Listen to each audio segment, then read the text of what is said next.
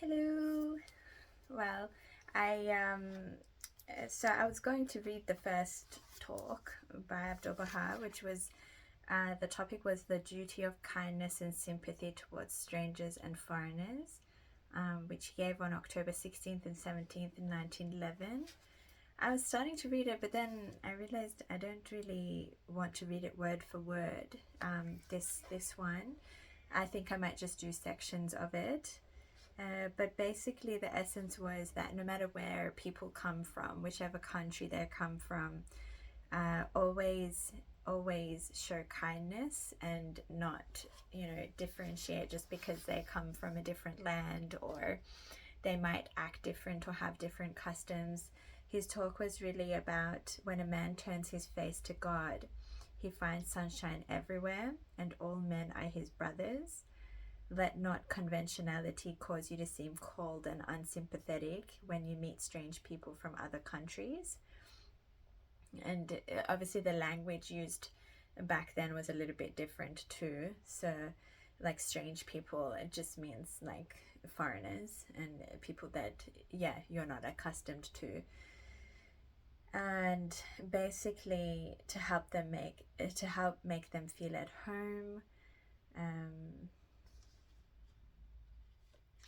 And to let those who meet you know that they are safe and that you are a person of God, of spirit, of soul, and that you are here to support them and make them comfortable from wherever they come from. Showing kindness to all nations, and do not be content with showing friendship in words alone. Let your heart burn with loving kindness for all who may cross your path. And yeah, it's really beautiful to just I'm just kind of scanning over the talk list for this section. um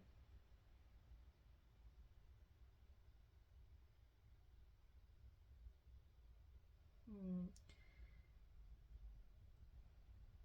yeah, it's really about a man who, like a person who does good, doesn't need to always talk about it. It is felt, it is shown, and like he says, if I love you, I need not continually speak of my love. You will know without any words. On the other hand, if I love you not, that also will you know, and you would not believe me were I to tell you in 1,000 words that I loved you. People make much profession of goodness, multiplying fine words because they wish to be thought greater and better than their fellows, seeking fame in the eyes of the world. Those who do most good use fewest words concerning their actions. My hope for you is that you will ever avoid tyranny and oppression, that you will work without ceasing till justice reigns in every land, that you will keep your hearts pure and your hands free from unrighteousness. This is what the near approach to God requires from you, and this is what I expect of you. All about the actions, isn't it? And his second talk actually goes in to say the power and value of true thought depend upon its manifestation in action, October 18th. So the reality of man is his thought, not his material body. The thought force and the animal force are partners. Although man is part of the animal creation, he possesses a power of thought superior to all other created beings. If a man's thought is constantly aspiring towards heavenly subjects, then does he become saintly? If, on the other hand, his thought does not soar, but is directed downwards to center itself upon the things of this world, he grows more and more material until he arrives at a state little better than that of a mere animal. Thoughts may be divided into two classes. First, thought that belongs to the world of thought alone. Second, thought that expresses itself in action. Some men and women glory in their exalted thoughts, but if these thoughts never reach the plane of action, they remain useless. The power of thought is dependent on its manifestation in deeds. I'm only laughing because obviously as I'm reading this, I'm reflecting on myself. Um, and yeah, the power of thought is dependent on its manifestation in deeds. See, I have a lot of thoughts and a lot of reflections, and they don't always all become action. And I think reading this, it just symbolizes to me, and it just makes me feel like, it's not that it's useless, because bear in mind, like, this, some of this language can be quite strong, just because that's just how it was written and translated, and these things. But if I was to interpret it, it's the essence is like, if you're just thinking constantly and not doing anything with it, then yeah, it can feel like, well, how are you putting it out? But one thing I reflected on as well, more so, is that it's not necessarily you have to always be doing something to show for it, but just in your beingness and in your essence, and how you show up in your day to day with your family, with your communications, with friendships, relationships. That is also a big reflection. It doesn't have to be like a big thing to go out and, like, show that you're here to express in action, by creating something or doing some sort of act of philanthropy, or like creating something like that. It really can be in the little things, of kindness, of just how you respond to something. And I think the biggest challenge, I mean, this is myself, and I'm sure for a lot of people, is with your parents, and with your siblings, or when you have differences, or you're just restless. And it's really interesting because you can just,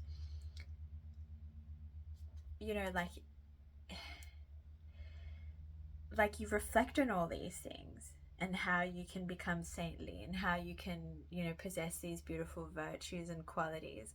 But then when but your biggest challenge and test is your own family and your parents, because when they question things, or they say something, and it triggers you, and you just like react, or that's when you have a big opportunity to actually, yeah, to really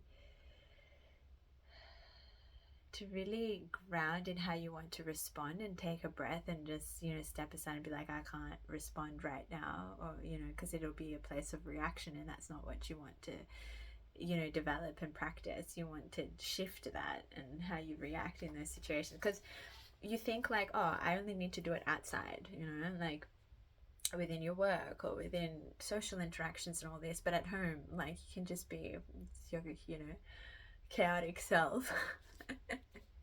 It's like you're all spiritual out there, but then in the home you're like this just bundle of yeah. So I think for me, it's really like, how can you practice that in in in those simple moments as well. And by simple, I mean, like, within your family, and within the instant day to day. Anyway, so I just really want to express that, because I can feel that brewing in myself sometimes, where, like, when you read certain things, it's like, oh, like, I'm useless, because I reflect a lot, but I don't like really go out and do much with it, like, physically right now. But that doesn't mean I get to practice how I show up in presence wherever I am. Yeah. So he goes on to say, a philosopher's thought may, however, in the world of progress and evolution, translate itself into the actions of other people, even when they themselves are unable or unwilling to show forth their grand ideals in their own lives. To this class, the majority of philosophers belong, their teachings being high above their actions. This is the difference between philosophers who are spiritual teachers and those who are mere philosophers. The spiritual teacher is the first to follow his own teaching. He brings down into the world of action, his spiritual conceptions and ideals. His divine thoughts are made manifest to the world. His thought is himself, from which he is inseparable. When we find a philosopher emphasizing the importance and grandeur of justice, and then encouraging a rapacious monarch in his oppression and tyranny, we quickly realize that he belongs to the first class, for he thinks heavenly thoughts and does not practice the corresponding heavenly virtues. This state is impossible with spiritual philosophers, for they ever express their high and noble thoughts in actions. Yeah. Well, there you go, my dears. That's the first talk, the duty of kindness and sympathy towards all nations, strangers and foreigners, and anyone who is strange or different to what we know. That was his first talk in general, and remember, this is to the public in 1911, so it's a very long time ago. Wait, yes. And then the second one, the power and value of true thought depend upon its manifestation action. So those are the two talks at the moment, and I'll continue with the third talk in another video. But for now, I guess just feel into what comes up for you when you hear these words, and I think, like, for myself, I only extract what kind of, like, it's just good reminders, on what you can do physically in this world right now. And a lot of it might feel like common sense, or just be kind. Okay, like, well, what does that look like in reality? It could literally just be your tone and just how you speak to someone, your smile, your warmth in your body language, and just the little actions that seem insignificant but really can really make a difference in someone's life or day or presence, by just having that little smile across the street, which I don't really do as well. Like, when I'm walking or doing something, I don't know, I notice like I'm not really making much eye contact, and that was a reflection for myself as well, like thinking, when I go into a store or a shop or something, because I've been quite like isolated, like I don't really want to go out in many places for some time now. I think I've just been very recluse and just in solitude and just wanting to be for myself, and there's nothing wrong with that. It's just my process for a bit now, on my journey. But what I noticed is that when I go into a store, I don't really make eye contact with the shopkeeper because I don't want them to approach me and things like that. Then I realized, like, wait a second, these are all like people, doing a service. They're not like machines just to, not that I thought that, but I just realized again, and I was like, okay, I'm going to try and make it more of an intention to actually like make eye contact and acknowledge them again, in just the presence of them being a person, not that they're the shopkeeper and then, they're gonna come and like ask me, do I need help, or and I don't want to make conversation. It's not about that. It's just really like seeing them and acknowledging that I see you and thank you for being here, and that's about it, and then just being like, I'm good, thank you. But yeah, just little things like that. So yeah, these are the things. Alrighty. Well, gonna leave it there and then see what shows up today when I go out as well. Just the power and value of true thought manifesting in action.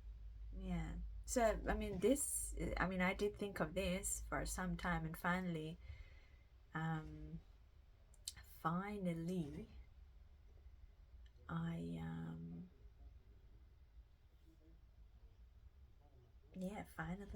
sending it out and I'm doing it. So this is translating into action for me, by creating this space of warmth to read out loud to the public in this form of virtual online form. So Yeah. But anyway, so like who knows where this goes, but I think my thing for this is, yeah, I want to see how far I can get, or at least complete this book. And just that feels good for me because it's something that I've been wanting to do for so long, and the intention for me is very pure. And I have created study spaces of like, 15 to 20 people coming together physically in one space, which I've always loved, and I wanted to, that's my main focus. But then I thought for a long time as well, why not make it accessible in a different way? And just for myself, just put my energy out on this platform too, and know that it's okay. It's not a big deal, I don't have to make it such a big, like, oh, I'm doing this, like, even though I did but anyway. All right, thank you so much. Have an excellent day, and we'll talk soon.